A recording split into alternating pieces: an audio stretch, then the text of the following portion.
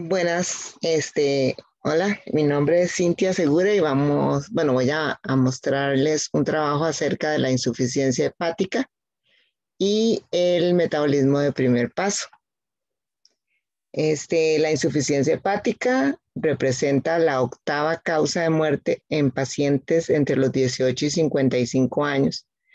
El fracaso hepático crónico es probablemente uno de los síndromes clínicos más complejos en patología humana, tanto que actualmente no se dispone de los logaritmos de referencia a estudios prospectivos sobre la seguridad de los medicamentos en estos pacientes para facilitar así su dosificación, ¿verdad? En la práctica clínica, los pacientes deben ser analizados cuidadosamente para determinar los riesgos y los beneficios de ciertos fármacos, considerando varios factores como la gravedad de la enfermedad, el resultado de no usar la droga, la presencia de una droga equivalente, otras alternativas y pues también, en el caso de que no es muy lejos de nosotros, la disponibilidad del tratamiento.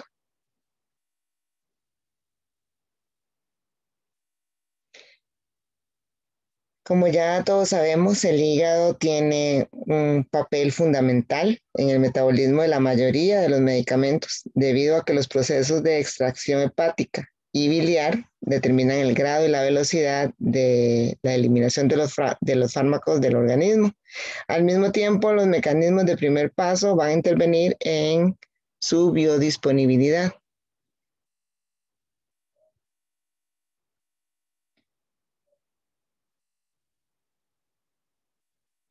Pero entonces, cuando estamos refiriéndonos a metabolismo de primer paso, ¿de qué estamos hablando?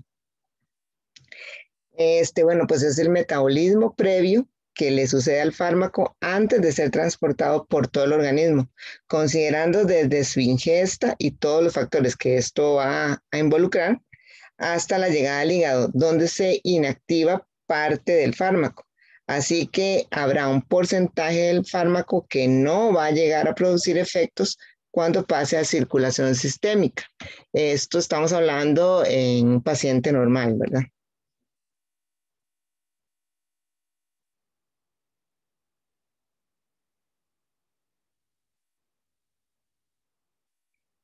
Ahora, para que se absorba el fármaco, la disponibilidad del mismo depende también de la velocidad de la disolución del mismo.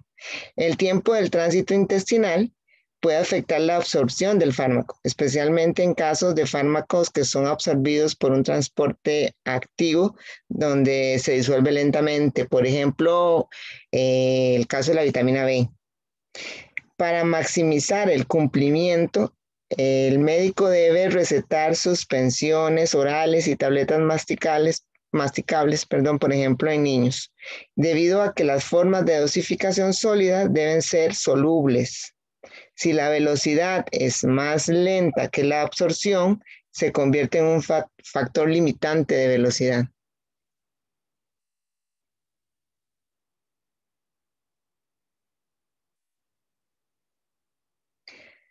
Ahora, en la insuficiencia hepática se reduce la síntesis de proteínas de transporte, principalmente la famosa albúmina y la alfa-glicoproteína. Esto afecta la biodisponibilidad de los fármacos que se unen fuertemente a estas proteínas. Finalmente, hay una disminución también de las enzimas hepáticas involucradas en el metabolismo y esto va a afectar la cantidad activa del principio en plasma, efectuando así, afectando más bien así la eficacia del fármaco y predisponiendo más bien a la toxicidad.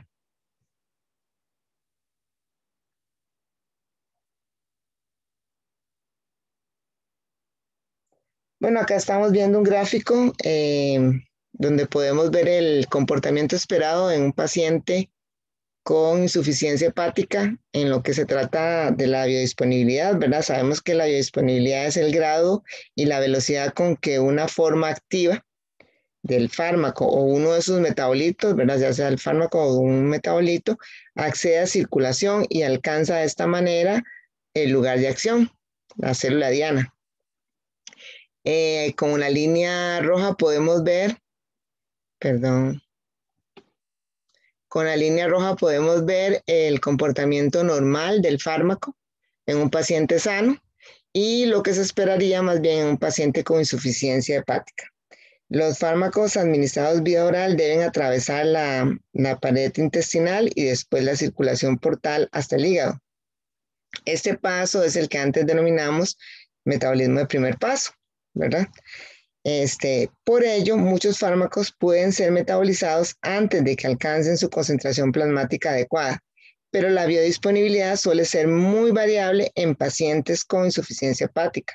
Normalmente, al disminuir el metabolismo hepático, mayor dosis del principio activo va a alcanzar la circulación, como estamos viendo acá en el gráfico.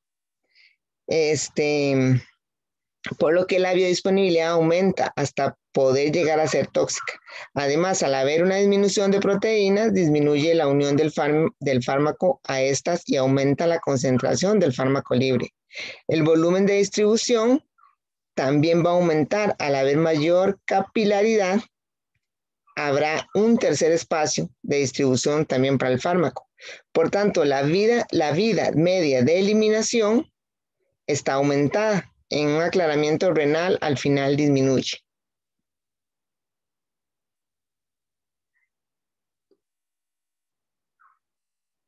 Entonces, los cambios que vamos a ver en la insuficiencia hepática, va a haber una disminución de la cantidad y o la actividad enzimática del hepatocito. Eso reduce la eliminación del fármaco. También hay una disminución de la masa celular. Eso reduce también la eliminación del fármaco de alta o baja tasa de extracción y va a aumentar la biodisponibilidad oral de los fármacos con alta tasa y de extracción. También va a disminuir el flujo sanguíneo hepático. Entonces, al disminuir ese flujo sanguíneo, también se reduce la eliminación del fármaco que tiene alta fracción de extracción. También va a haber una derivación portosistémica. Eso va a aumentar la biodisponibilidad oral de los fármacos con alta tasa de extracción. También, debido a esto, va a haber capilarización sinusal. Aumenta también la biodisponibilidad oral. También va a haber una hipoalbuminemia, porque va a bajar la cantidad de albúmina. Y también va a haber, hay hipoalbuminemia, pero también hay hiperbilirubinemia. Entonces aumenta la bilis, se baja la albúmina. Y eso disminuye la alfa-1 glucoproteína ácida. Esos tres fenómenos reducen la unión del fármaco a proteínas en el plasma. Al haber menos proteínas en el plasma para que se produzca esta unión, aumenta el aclaramiento de los fármacos con tasa baja de extracción y alta unión a proteínas plasmáticas. También se disminuye la función renal.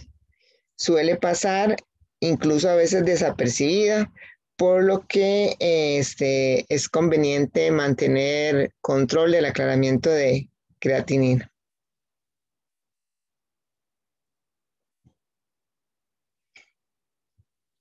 Ahora, ¿cómo vamos a tener acá en un paciente con insuficiencia hepática el sistema ADME del fármaco? Entonces, en cuanto a la absorción, vamos a tener claro que un paciente con hipertensión portal va a tener una serie de patologías relacionadas al mismo. Y estas van a afectar la farmacodinamia de este tipo de pacientes. Entonces, la hipertensión portal causa una elevada permeabilidad intestinal en los pacientes, por ejemplo, con cirrosis alcohólica. También se va a producir una reducción de hormonas gastrointestinales, una alteración en la expresión y la actividad de los transportadores que facilitan la absorción de la sangre de los hepatocitos. Y todo esto va a afectar, todas estas patologías van a afectar la velocidad y el grado de absorción de los fármacos de liberación lenta. La acción de estos puede enlentecerse aún más en este grupo de pacientes.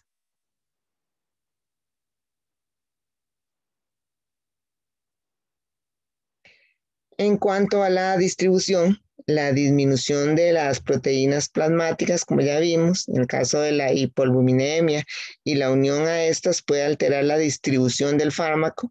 La unión de esas proteínas es imprescindible para el paso de membranas y el acceso a tejidos y células dianas para que algunos fármacos pues precisan. Tenemos los fármacos lipofílicos. Estas moléculas lipofílicas pueden atravesar la membrana libremente y una variación en la concentración libre del fármaco promovida por la escasez de la albúmina puede aumentar el volumen de distribución. Al mismo tiempo, ese incremento en el volumen de distribución se asocia con aumento en la vida de eliminación del fármaco. Por lo tanto, pues estos fármacos van a tardar más en eliminarse. En el caso de los fármacos que son hidrofílicos, las afectaciones como por ejemplo el edema, el grado de ascitis, hacen que el volumen de distribución de estos fármacos aumente. En estos fármacos se necesita aumentar la dosis cuando uno va a requerir que la acción del fármaco sea rápida. Además, al ser hidrofílico, no puede atravesar libremente las membranas. Y entonces la hipoalbuminemia va a afectar directamente a ese tipo de fármacos. Sin embargo, la mayoría de los fármacos hidrofílicos se eliminan vía renal de forma inalterada. O sea, ellos se van a poder eliminar tranquilamente. Por lo que en el caso de ese tipo de fármacos, además de la función hepática, se tiene que valorar también la función renal.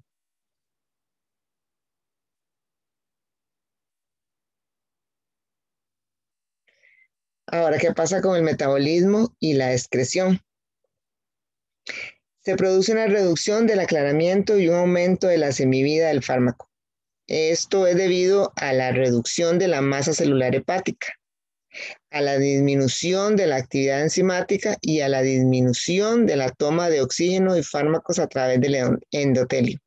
Las isoenzimas del citocromo P450 se ven especialmente afectadas, además con la disminución de proteínas plasmáticas. Como vimos ya, la albúmina y la alfa-glicoproteína, se afecta a los fármacos de baja tasa de extracción hepática y alta unión a proteínas plasmáticas, aumentando su depuración.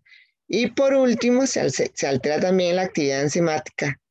Las enzimas de los hepatocitos encargados del metabolismo son inferiores en número y por lo tanto esto va a repercutir directamente en los medicamentos que tienen baja tasa de extracción, posibilitando que se desencadene entonces una toxicidad, consecuencia de la reducción en su eliminación. En la insuficiencia hepática crónica también se encuentra deteriorada la función renal, como ya lo mencionamos antes, como lo mencioné antes, lo que supone la adaptación de fármacos en los que predomina la eliminación renal. Hay que tener vigilancia de la función renal siempre. Ok, esa es una clasificación Chill-Pugh. En la validación farmacéutica para pacientes con insuficiencia hepática crónica es donde está la mayor utilidad de esta tabla, porque se necesita individualizar la posología de la farmacoterapia. Se trata de una herramienta muy útil que permite identificar pacientes con tratamientos susceptibles de ajuste de dosis, así como efectuar ajuste correspondiente con los datos que se conozcan y se hayan revisado de cada paciente, pero esto tiene que hacerse de manera individual. Entonces se va a seleccionar a los pacientes que cumplen los criterios de inclusión. ¿Cuáles son esos criterios? Entonces vamos a tener el valor de bilirrubina sérica que sea mayor a 34 micromoles por litro. Valores de albúmina alterados y tiempo de protombina alterada. Con la concentración plasmática de la bilirrubina y la concentración plasmática de la albúmina y el tiempo de la protombina, se calcula un índice que se llama ICPA, que podría ser también incorporado en la validación farmacéutica del ajuste de la dosis. ¿Cómo se calcula este índice? Entonces vamos a tomar la bilirrubina, súper fácil, la bilirrubina más la albúmina más el tiempo de protombina, el TP. Entonces la suma de la puntuación se va a agregar en la tablita esta de clasificación, y entonces se va a clasificar los pacientes en grado A, B y C. El grado A va a ser leve, el B va a ser moderado y el grado C sería el grave.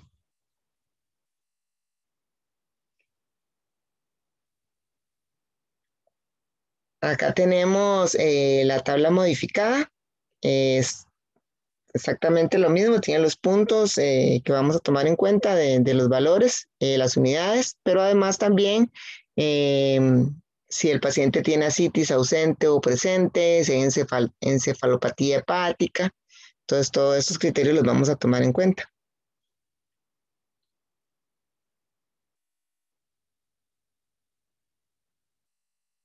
Acá podemos ver un esquema, una infografía, un esquema del proceso, donde vamos a ajustar la dosis en un paciente con insuficiencia hepática.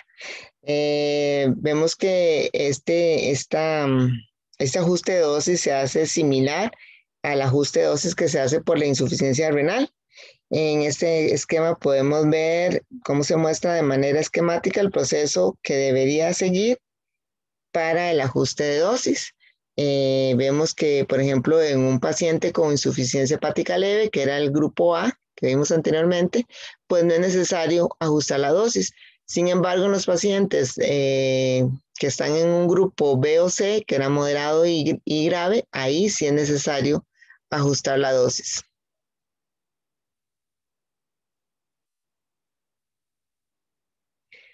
Bueno, de manera de concluir, bueno, tenemos el agravante que no contamos con ningún marcador endógeno que nos informe sobre la depuración hepática de los fármacos. Sin embargo, el cálculo de la ICPA nos permite seleccionar pacientes que tengan insuficiencia hepática crónica, que es recomendable, perdón, que precise un ajuste de dosis en su medicación. También algo que me llamó la atención fue que en el 2016 se planteó la necesidad de un servicio de atención farmacéutica que permite tener como una terapia más individualizada y consigue realzar el papel del farmacéutico, considerando que su función va más allá de la que tenemos de validar y suministrar medicamentos, simplemente, sino que ya como tratar de trabajar como en conjunto todos los diferentes, los diferentes grupos de salud que deberíamos de trabajar realmente